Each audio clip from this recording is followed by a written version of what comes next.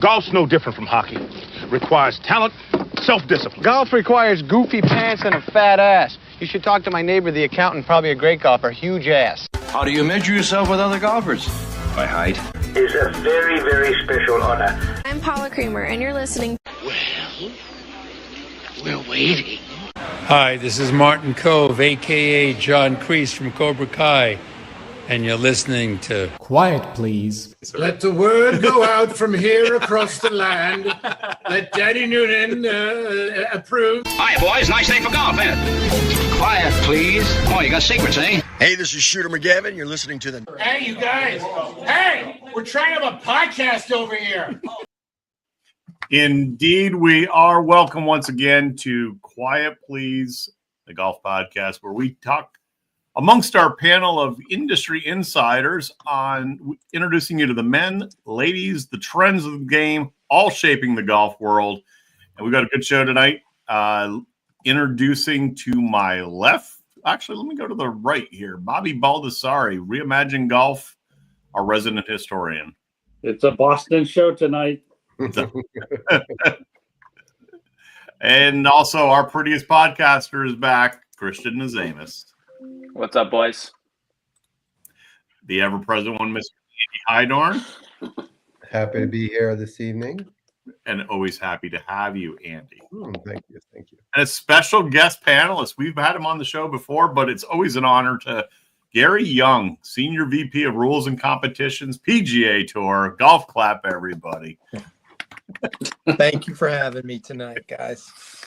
Always happy to have you, Gary. Yeah, absolutely.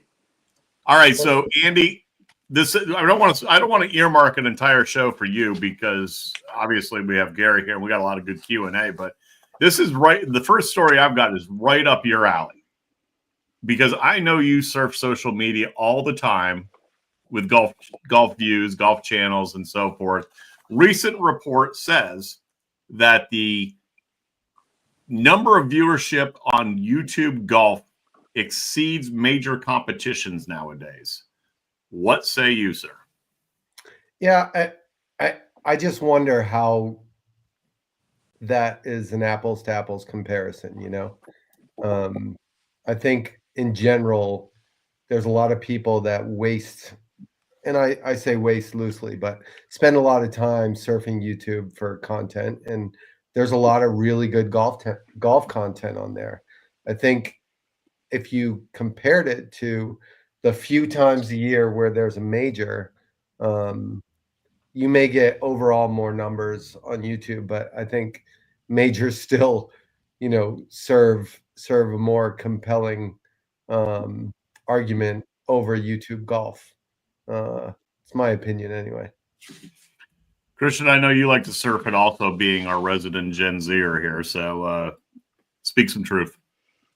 I do. I am a fan of YouTube golf, but I do agree with a lot of Andy's points. I think YouTube golf has definitely changed somewhat of a dynamic of the game to an extent.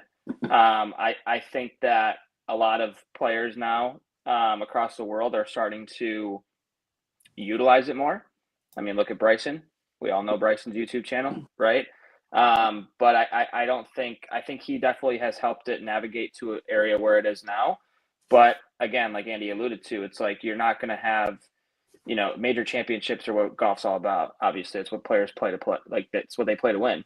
And, if you're not a professional golfer today and you're not like putting on a green jacket, or you're not rooting for a US Open or a PGA champ for that matter, then that's what they're going after nowadays. So that's my thought on it. Bobby? Yeah, my thoughts are, if people can start to watch the game of golf through YouTube, that could be good, maybe great. If they could then look at the PGA Tour, the LPGA Tour, they can inspire to maybe go to your local PGA or LPGA Pro and get into the game. That would be a nice connect the dots. I do get a little concerned, maybe at times a lot concerned with the instruction component on YouTube, because that could be a series, 5-part show, and somebody sees something that could be a good training aid, or could be something, but it's really bad for their game and what's happening with their swing or non-swing or playing. So, but I'd throw Gary first question here tonight. All this I think it was 2 years ago, there were more people participating in golf off green grass than on green grass. And I'm just curious, you've been out on PGA Tour, rules official, you're kind of in and out of the crowd, Gary. Have you seen, can you get a feel for maybe the behavior or some people that, can you tell if there's been an influx of people just showing up and going, let me see what's going on? Yeah, I'd say week in and week out, you get a pretty good mix of different demographics at our tournament. I think the YouTube, it definitely can't be ignored. It's a very popular format right now. A lot of our professionals have kind of latched onto that, especially, you mentioned Bryson DeChambeau and seeing his success. You can't ignore that. So, even on the PGA Tour last year during our tour championship, we had the first Creator Classic, which we hosted. And, it's a new initiative for the PGA Tour. It's different than linear television, linear broadcast. So, we're embracing it. And, I went out and kind of officiated it myself with a couple of guys from my staff. And I said, guys, we need to embrace this because this is going to reach an entirely different audience than we're used to. And you could kind of tell, but from the people that attended that day, it was a different crowd than we would normally see at a PGA Tour event. Interesting. Yeah. Yeah. And I made a comment a couple of weeks ago. There was an event aside the waste management thing, a creator event. And, they had a guy on there who had really never played golf before, and had a bunch of people following him around. And as a golfer watching it on TV, it was cringeworthy to watch this guy top 9 irons, on every hole. But apparently, there's some sort of crossover there that's making it worthwhile to invite somebody like that to play golf on TV. Yeah. I think you also have to look at it too from a standpoint of like the younger generation golfers, kids that are like, even I'm talking before like even high school or before high school, that are looking up to a lot of these YouTube golfers, right? A lot of these names that some people may not know, but like a Grant Horvat for that matter, like you have top name kids that are still growing up to like, they're phenomenal golfers obviously, but I think that is kind of a huge thing now for golf is that these younger kids starting to come up, looking up to a lot of these like good guys and even Bob the Sports for that matter. I'm like, I think that's big for younger kids to get in the game, obviously as well, if they want to take it seriously moving forward. Unrelated, this afternoon I was having a conversation at the golf course, and we were talking actually about I think it's Mr. Beast. I don't even know who Mr. Beast is, but anyway, Mr. Beast. And we just happened to hop onto YouTube. The guy's got 360 million subscribers. TikTok too. He's the most followed TikTok person. Yeah, it's absolutely insane. And you got Rick Shields, you got Peter, you got obviously Paige Spiranac, you've got Gary, to your point, you cannot deny the impact that they're having on the game and everybody growing up in the game, and everybody's trying to outdo them with some kind of latest and greatest trick or outrageous component of it. I guess I'm old school, Bobby. I'm going to take your historian job away from you. I'll hand that off to you because you are, you're wicked old. Just kidding. Well, you're the only one. You're the only one other than Christian that doesn't need glasses. So let's. Well, my question, Gary, to you is, there's some sort of correlation between this type of interest in the game and what ends up playing out at the Waste Management every year. What's your take on that in terms of, is it just part of the whole landscape, or is it out of control and over the top? What are your thoughts?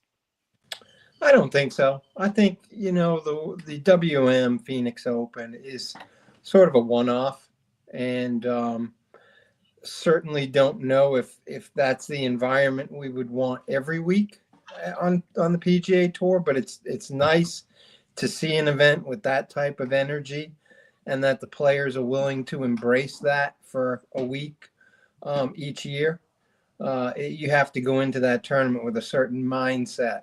And some players embrace it, other players steer away from it, those that can't tolerate that type stuff. But it was certainly a lot better this year from what I heard. I personally did not attend it, but I heard from our entire staff that they did a great job managing that whole event this year.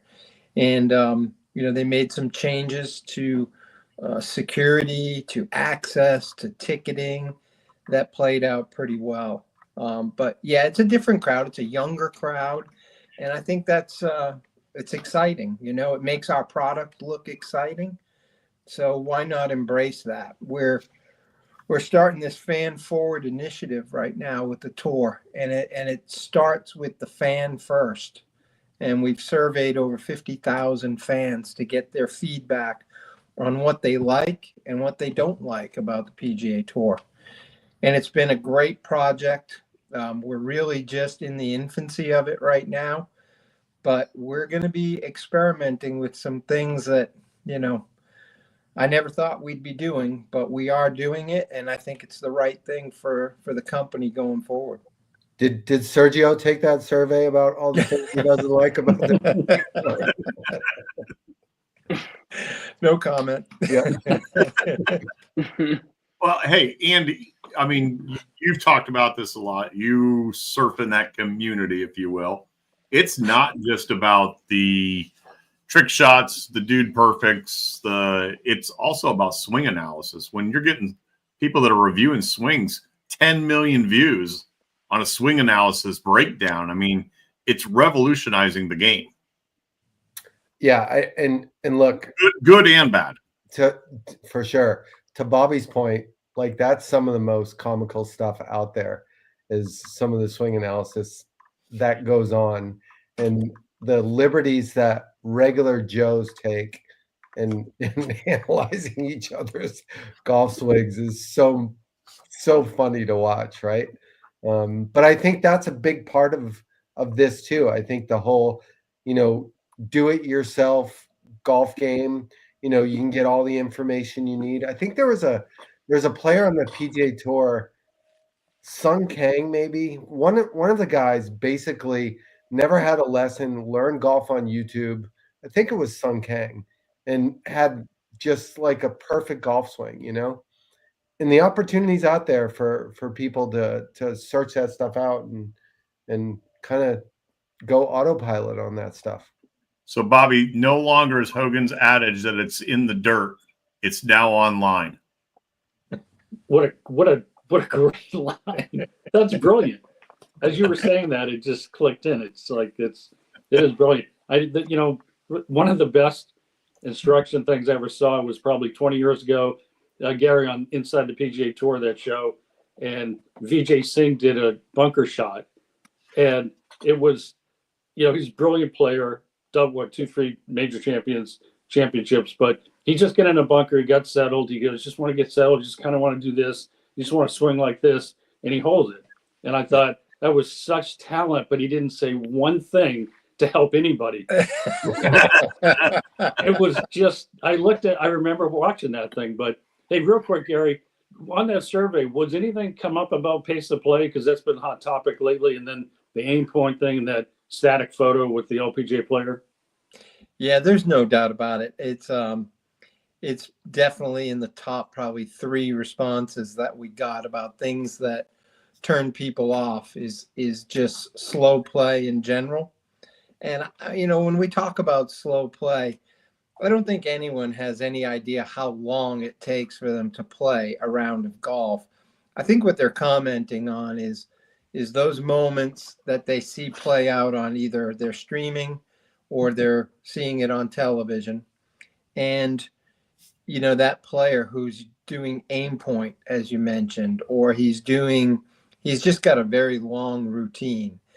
And people that turns people off. They just want to see more action, less of those long routines. And, so we're working with our broadcast partners They're doing a good job of producing the sport, coming to those players a little bit later in their routine so it doesn't seem as long, showing more shots, paying attention to the cut line on Friday rather than just the guy that's leading, But the bottom line is people want to see a lot more action, a lot less commercials, and a lot less slow play. So we're working hard at that. We are making some adjustments to our pace of play policy. We're going to be experimenting a little bit on the Corn Ferry Tour and sort of taking what they did in Major League Baseball and applying that to golf, test at the minor league levels, come up with a bunch of ideas, test at the minor league levels. And if it's successful, then you transition it to the major league. So same thing with golf. We'll test some stuff and bring it to the PGA Tour. But we're headed in the right direction. That's a great point about the Friday cut. I think that's as exciting, nerve-wracking as anything. I mean, I don't know about Brian Campbell as a great example, but somebody that's maybe missed 10 cuts in a row, coming up to the last hole, has a 5-footer to make or not make the cut. I mean, that's a lot. That's good viewing. How about Luke Clanton in Phoenix? Yeah, I mean, that was like high. Like I've been watching this guy play for the last 6 months, and he's like just a ho hum guy.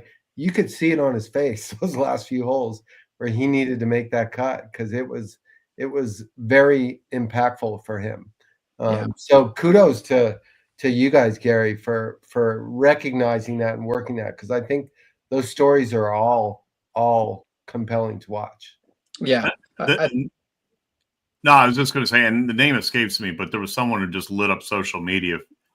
He was timed. It was like 2 minutes to do a 18-inch putt, and he was doing aim point and everything else, and social media just ripped him.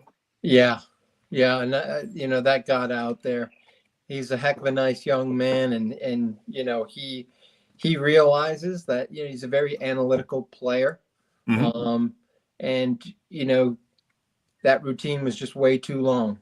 I mean, I think if he saw that, and I'm sure he has, and I'm sure he's seen all the traction, that's the type thing that makes you realize, wow, I've got to change here.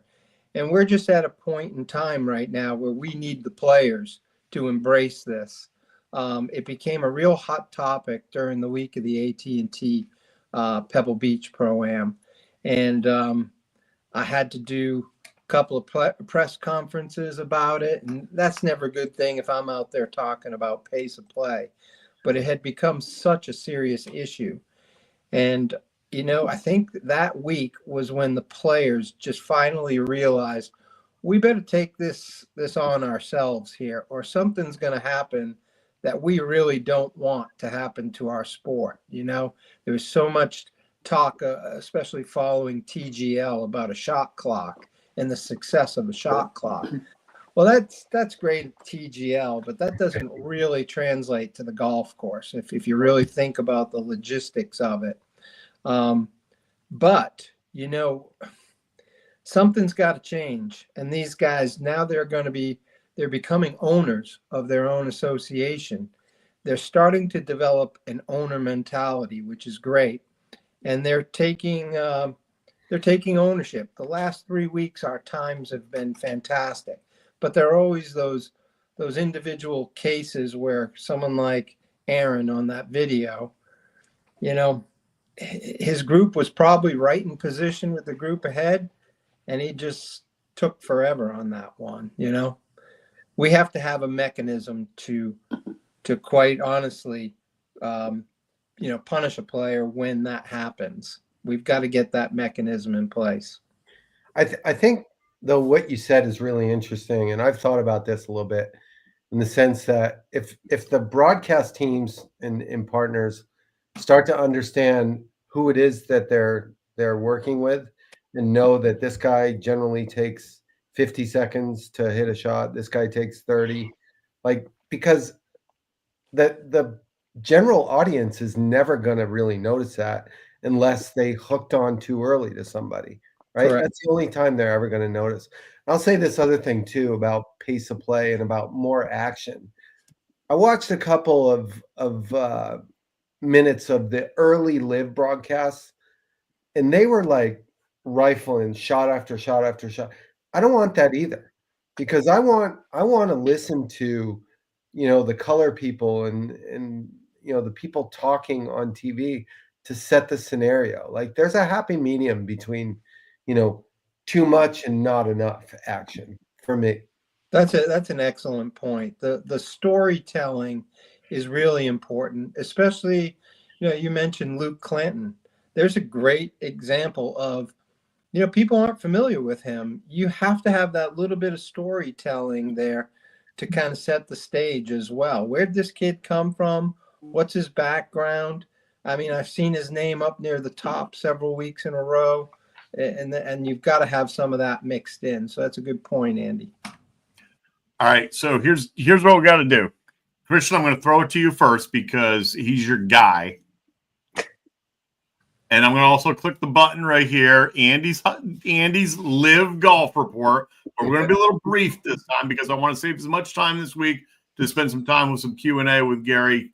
And by the way, anybody that has a comment, please chime in. We'll try to get your comment on. You got a rules question? We'll try to get that question answered. May not be able to answer them all, but Christian, Bryson DeChambeau mentioned earlier, live golf. See what I did there? A little segue. Do you want to see him back on the PGA Tour? Because there's a rumor. Andy? Yeah, I mean, I definitely do personally. I was not fond of Bryson, as we all know, from years ago, and he definitely grew on me as a person, grew on me as a golfer, and I do think it was because of that, YouTube golf that he's been doing, and I've gotten to watch a lot of his videos, and I think he truly has not fully changed the game, but he is changing it, I think, personally. But I don't know, obviously, what's going on in his camp. I don't know what's going on behind closed doors, but I do think deep down that he does miss the tour. And I think some guys on live do miss the tour. But, I'm curious to see what will end up happening, obviously, moving forward. Bryson's one of the top players in the world. He can compete with anybody. I think he can actually, out of all the golfers currently in the world, he can give Scotty the best run for his money on a weekly basis. There's other guys that you can make arguments for, obviously, but that news wasn't as shocking to me as other golf news in the past. Mr. Heidorn? Yeah, whether that news is real or not, because it was on Zyre Golf, but and there may or may not be something to it, but the concept and the idea of Bryson coming back just goes to what I think we've all come to agree is that golf would be better if everybody were competing together. I think everybody agrees with that.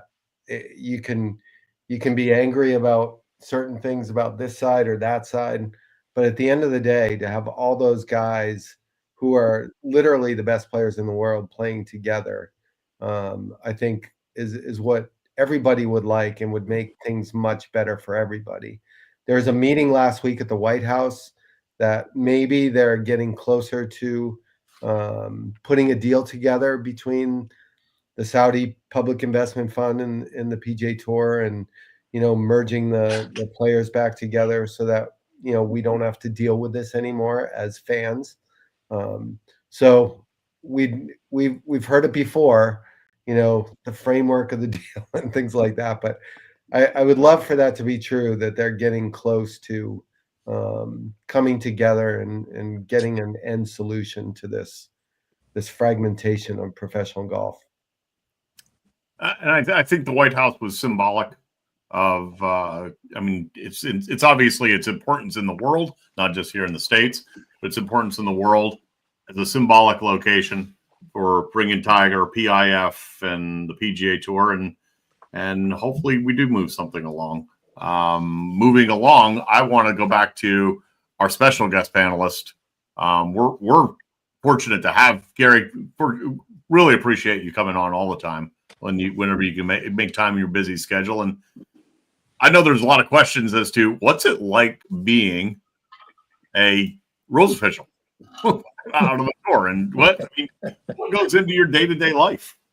Well, fortunately, I mean, I'm in a slightly different role now. So in my role as Senior Vice President of Rules and Competitions, I'm in a little bit more administrative role now than I was previously, but still in the role of chief referee at some of our biggest events, which is great. And that's where I truly love being in the field of play.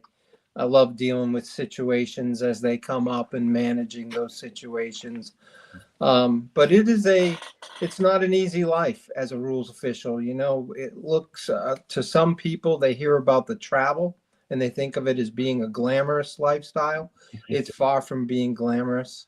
Most of the officials are working about 28 weeks a year on the road, away from their families. Most of them are family guys and family ladies. So it's hard being away from your family half the year and managing your life from the road. There are long days. Oftentimes you're there before the sun comes up and you're there after it goes down. So, and that's pretty much from Wednesday through Sunday every week. Monday's a travel day. Tuesday's the day that you're looking at the entire golf course and seeing where possible problems may come up. You're having meetings. The setup guys are going over their plan for the week for hole locations and meeting with the meteorologist on site and setting out their plan. So, you know, it's a busy lifestyle. A lot of it, you got to be a part-time psychologist with these players. And, you know, it's an interesting lifestyle. Big change from being a PGA professional, which was my previous career. I don't want to interrupt the guys, but so Tuesdays typically is when the whole setup conversation. Yeah. I mean, right down to the hole locations. I mean, you're obviously taking into account where the weather is going to be for that week, what's in the forecast, if it's going to be where's the green drain, where's the high points on the green, alternative pin locations, and things of that nature. So, yes, correct. Interesting. Yep. And also, you know, we're working with the agronomy staff and the local superintendent and their staff, managing green speeds based on wind forecast. You know, you've got to anticipate days in advance. If you're going to need to start to slow the greens down, it's not just simply taking off a mow or taking off a roll. Sometimes it takes 3 days to get the greens where we need them. You know, we had at AT&T Pebble Beach this year. On Tuesday, we started the process of slowing down the greens because we knew Saturday was going to be a pretty big wind event. And thankfully we did, because you're trying to go from 12 feet all the way down towards 10 feet that you know you're going to need to keep balls at rest if we get 40 plus mile per hour winds. So, you know, it's a team effort, true team effort. One of the things to me, it's the most underrated thing about course setup, or is course setup, I should say. There's people and golf associations and golf clubs all around the country and all around the world that try to be good at that, and they're just miserable failures in a lot of cases because they don't understand all those things that you were just talking about. You know, you have to approach it in a certain way. You know, I think in a lot of cases, like when we play tournaments, sometimes you go to a place where the greenskeeper decided that they were going to make it the 18 hardest hole locations. Superintendent's revenge. Yeah, and right. And I think you guys obviously approach it a little differently. Tell us a little bit about what your strategy is for difficulty of hole locations. Yeah, you know, we're going out and each golf course, the architect has he's probably got about 5 distinct areas that he has built the greens where there should be a hole location, meaning that the slope in that area is, you know, somewhere in that 2% and below. certainly as we start to run greens around 13 on the stimp meter, you got to be very, very careful of the amount of slope. You don't want to be putting a hole in anything more than 2 degrees of slope. So you have to have a good eye for it, a good feel for it. As far as our general guide, you know, we try never to be closer than 3 paces from the edge of a green with a hole location. That would be the closest we would go. And so if you're applying that logic, you should never be more than or less than 3 paces from a major undulation in the green, whether it's a change, there's a tier. You know, you'd want to make sure the hole location has at least 3 to 4 paces beyond that. You know, you don't want to be setting hole locations right near big slopes. And I see that. It was funny. I played a golf course with my son last week, and I said to him probably 3 times during the round, I said, that right there is a career-ending hole location on the PGA Tour. And the club had just had their senior club championship that day. And I was like, I don't know how these people aren't still out here trying to hit putts to that hole. You know, just a crazy slope. So do you guys, Gary, let me. Oops, sorry, Alan. One follow-up to that. Do you guys try to balance like front, back, left, right, hard, easy? Do you guys try to balance that stuff out? Yeah. So when Alan asked about the Tuesday being the day, that is the day that the front 9 setup guy and the back 9 setup person, they are communicating and they're coming up with their balance so that each day they've got, you know, hopefully three or 4 lefts and 3 or, you know, so many right-hand hole locations, front, middle, back. You know, they'll throw in a center hole location once in a while, but we do tend to be more right and left predominant in our hole locations. Really depends on the greens complexes, what they give us, but you just want a good balance to both 9s and sort of a rhythm of going right, left, you know, fronts, middles. You don't want to save all your front hole locations for, you know, the later rounds, because that's when the greens are getting most firm from all the rolling that's taking place. So a nice balance to the golf course. I was just going to bring Christian in on this conversation. A golf course he knows extremely well. What do you do at Hilton Head, where the greens are just tiny? Yeah, they're small. It's one of our favorite golf courses on the PGA Tour. Players love that golf course. It requires so much shot making. It's not just enough to hit the fairway. You have to hit the right side of the fairway in order to have an angle at certain hole locations.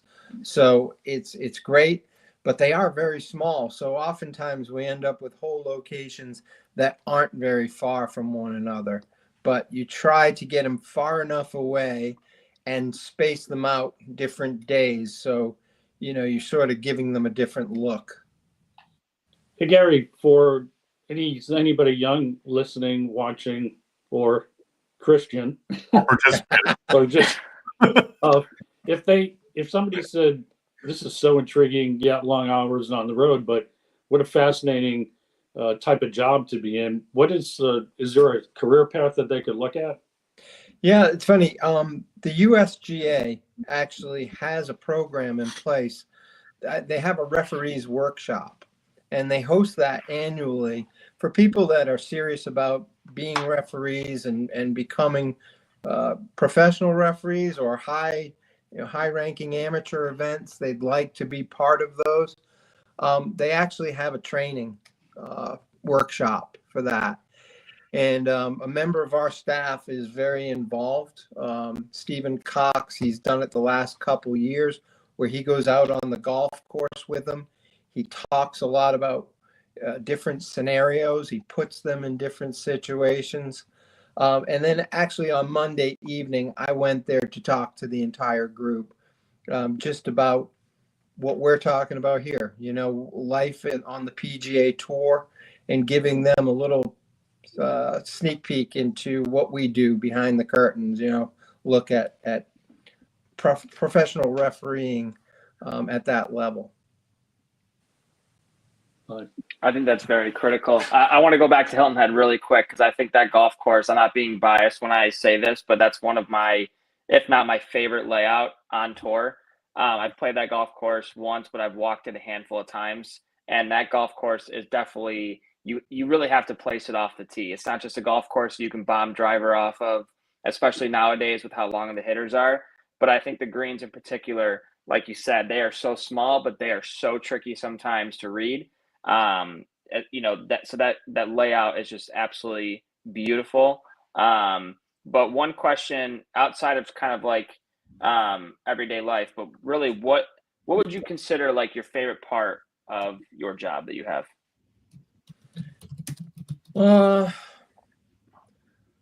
Probably just the interactions, interactions with the people that I come, people that are working at the tournaments, getting to know them. I've got so many friends throughout the country now that I've gotten to know who either are volunteers at tournaments. Certainly working with the best players in the world. That's a pretty neat thing. Kind of learning how they think about the game.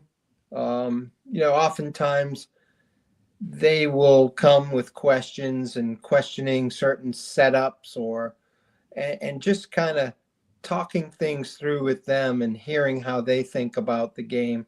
That's a really neat part of the job, trying to challenge the best players in the world. I think I love that probably the most. I used to really love setting up a golf course and really challenging the best players. But one thing I learned early on, everyone probably starts out wanting to be known as a difficult setup person. But you quickly learn, because you can get burned out there.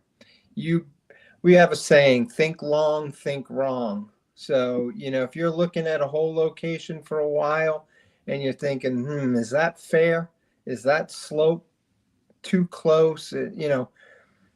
That's probably not a good thing. The game is difficult enough. I don't care how hard you set it up. If one of these guys catches fire, they're going to shoot a low score.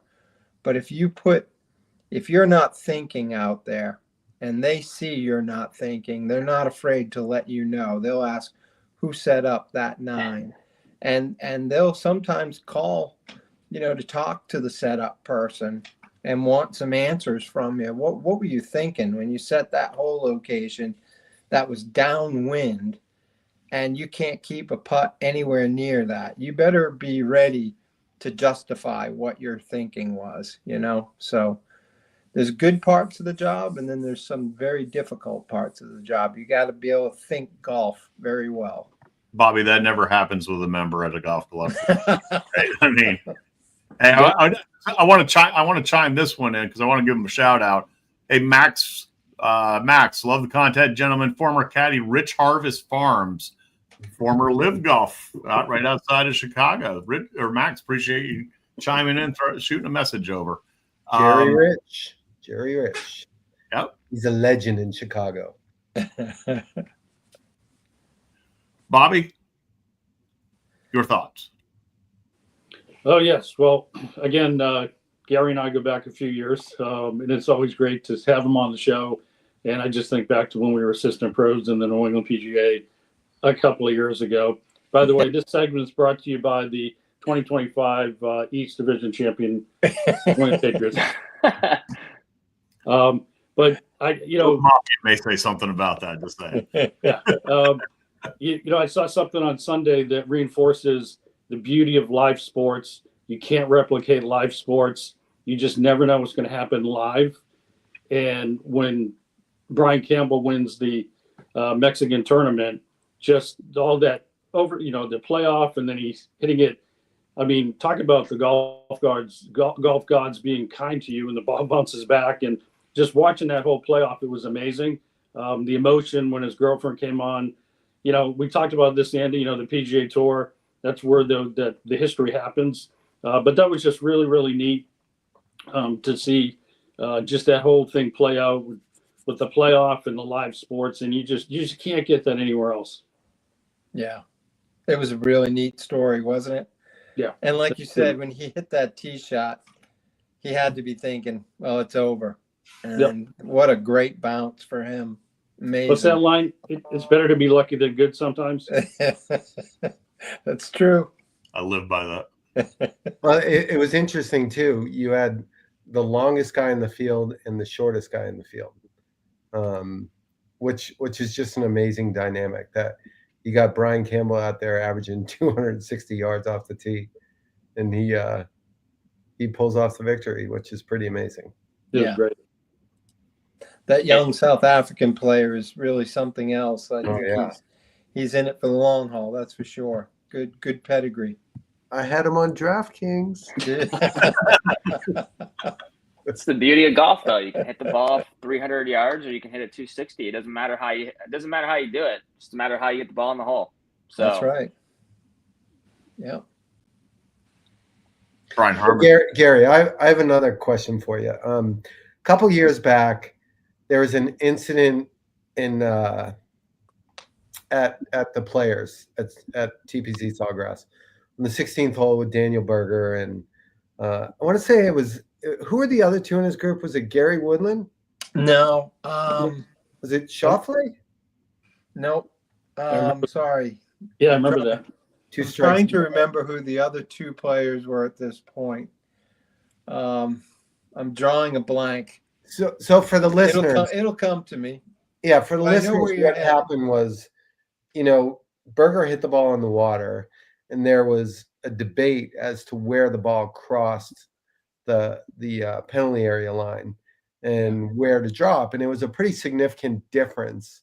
And Gary, just take us through like how you handled that, because I thought it was pretty amazing how you ended up, kind of setting the standards, but also letting them figure it out on their own.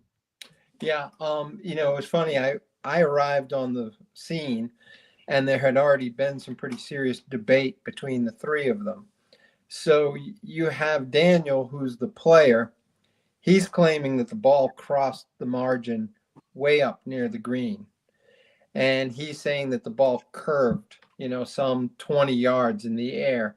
And then the other two players were saying there's no chance it was all the way back here. So you're talking about a difference of about 150 yards that they're arguing over. And that's pretty substantial. In golf, you're usually going to go with the player. And because the player who's hitting the shot is looking right down the line of play as they strike the ball. They're watching it from the best perspective. The other two guys, I said, how good was your angle on this? And they said, we were close enough to have a good angle on it. And we feel pretty strongly that it was back here. And I said, Daniel, I'm sorry, you're going to have to live with yourself dropping it up there. I mean, we know that it crossed somewhere back here. But given the angle of this, I said, we don't know for sure that it crossed up there. Now, I'm going to go with what you say, okay, because you're the player, but you've got to live with it.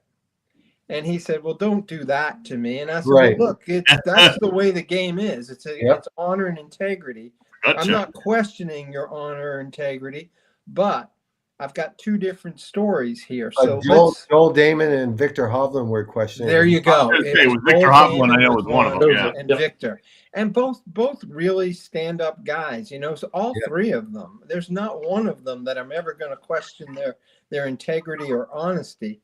So it was a difficult situation. Finally, I said, hey, guys, we've got to drop a golf ball. So here's what I'm going to recommend. I've got him saying it's way up there. I've got you saying it's way back here.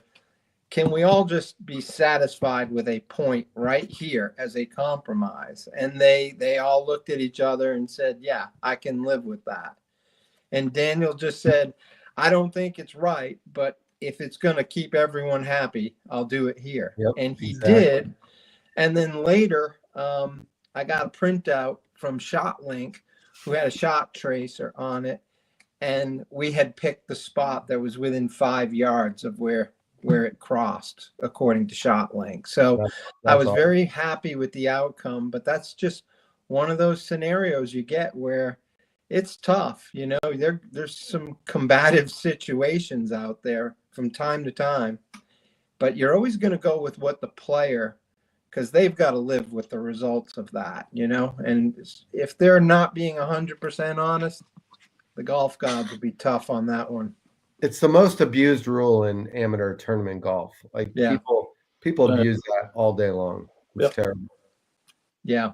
I mean, oftentimes you see someone dropping and you're like, wow, how could it have possibly gone in up there? It would have had to do a right hand turn or a left hand, 90-degree turn in the air to get to that point. So exactly. Yeah. Boys, I hate to do it because every time we get together with Gary, I could literally sit here for hours. But Andy, we're going to give you, unless that was your final question, you get the final thought. No. No, because we don't have time. So, Gary, great to see you, and it's awesome to have you on. Every time I see Gary, right, wrong, or indifferent, I think about Scott Trethewey.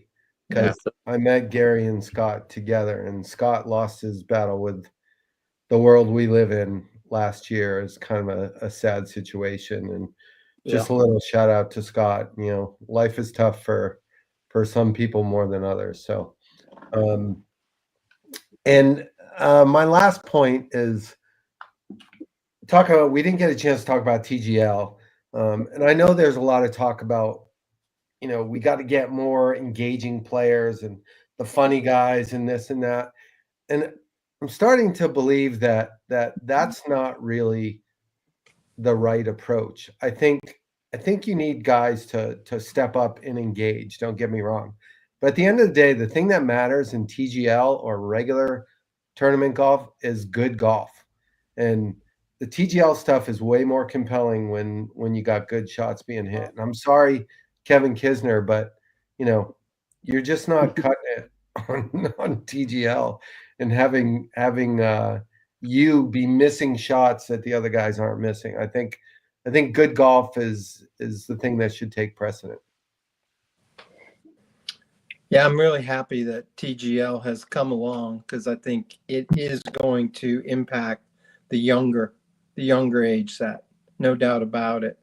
If they're learning a little bit more about the game of golf, that's important. And hopefully it translates to lifelong golfers that make their way to the golf course. And I think that's the goal. But you hit right on it, Andy. I can remember asking the question years ago of Tim Fincham. We had a luncheon with Tim when he was commissioner. And I asked at that time, was he worried that the modern golfer, and think of that was really in Tiger's heyday, that we had moved to an era where guys were becoming more stoic and more just deeply entrenched in working with sports psychologists and not showing emotion. And I worried that just the golf itself is not enough, that these guys do need to show some personality. They do need to interact with the crowd during those down moments, when they're not playing shots. Just giving of themselves a little bit goes a long way. Embracing the crowd, and the crowd will embrace them. And we've seen some players be very successful with it. That's one thing I will give Bryson credit for. And I saw it at last year's U.S. Open, how that crowd sort of swung in his favor. As he embraced them, they embraced him back. Agreed. And what he did after that tournament with Johnson Wagner out in that bunker, that was just great for the game of golf. That was great. That was awesome. Yeah. Guys, I hate to do it. Gary, as always, please, anytime your schedule permits and you're not out on the road, we'd love to have your insight. It's always truly special to have you on. Thank you. On behalf of Boston Bob, Prettiest Podcaster Christian, and don't be that guy. Thank you for having me, guys. It's a pleasure. Thanks, Gary. Always Wicked Till awesome. next week, boys.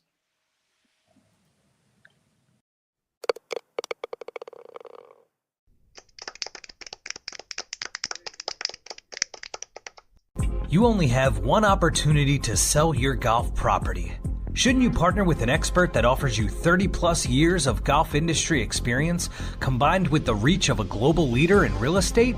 Colliers International Golf Brokerage and Advisory Services understands your unique business needs.